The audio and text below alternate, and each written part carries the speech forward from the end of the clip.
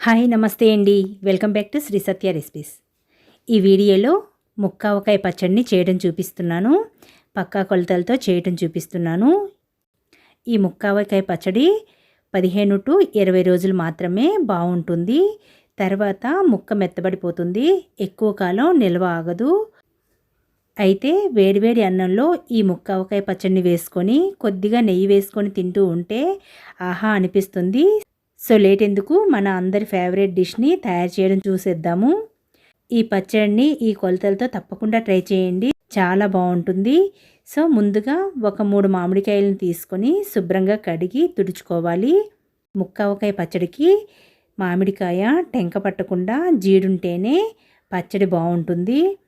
ఇలా చిన్న చిన్న ముక్కలుగా కట్ చేసుకోవాలి. అయితే చిన్న ముక్కలుగానే కట్ చేసుకోండి, తొందరగా పచ్చళ్ళలో ముక్క ఊరుతుంది. ఈ మామిడికాయ ముక్కలని ఒక పావు గంట పాటు ఆరబెట్టుకోవాలి. ఇలా చేస్తేనే తొందరగా పచ్చడి పాడవదు. సో అంతలో స్టవ్ పై ప్యాన్లో 1 టీ స్పూన్ మెంతుల్ని వేసి ముందుగా కొద్దిగా వేగనివ్వాలి.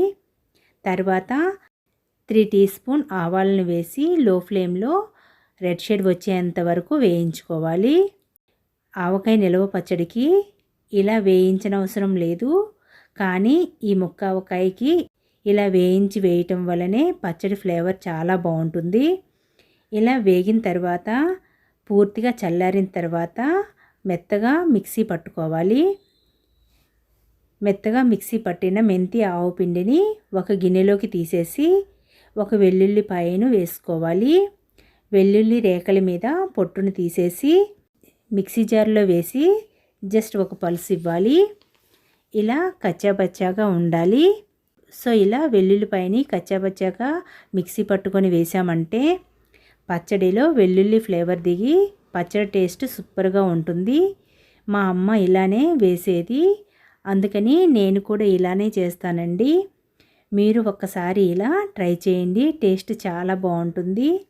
ఇలా కొద్దిసేపు ఆరబెట్టిన మామిడికాయ ముక్కలను వేరొక బౌల్లోకి ఈ గిన్నెతో కొలిచి వేస్తున్నాను. మనం గిన్నెతో కానీ గ్లాస్తో కానీ కొలిచి తీసుకుంటేనే మిగిలినవి కూడా ఈ గిన్నెతో కొలిచి వేసుకుంటాము కాబట్టి పచ్చడిలో అన్నీ సరిగ్గా సరిపోతాయి. సో నాకు ఈ గిన్నెతో మామిడికాయ ముక్కలు 4 గిన్నెలు అయ్యాయి. మనం మామిడికాయ ముక్కలను కొలిచిన గిన్నెతోనే ఒక గిన్నె కారం వేసుకోవాలి.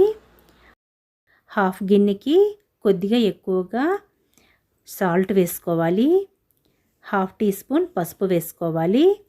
గ్రైండ్ చేసిన మెంతి ఆవు పిండిని వేసి మిక్సీ పట్టిన వెల్లుల్లిని కూడా వేసుకోవాలి.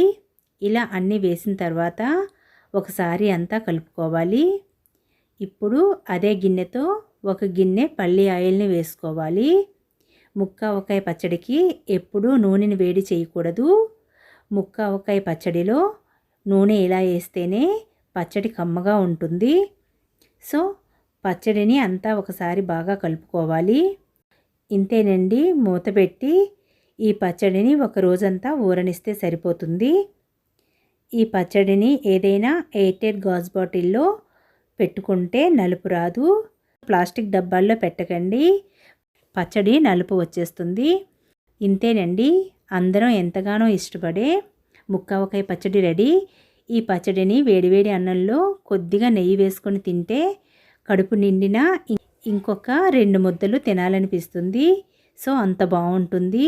ఈ వీడియో మీకు నచ్చినట్లయితే లైక్ ఇవ్వడం మర్చిపోకండి. మీ ఫ్రెండ్స్కి బంధువులకి షేర్ చేయండి. మన ఛానల్ని కొత్తగా ఎవరైనా చూస్తున్నట్లయితే ప్లీజ్ సబ్స్క్రైబ్ చేసుకోండి. Thank you.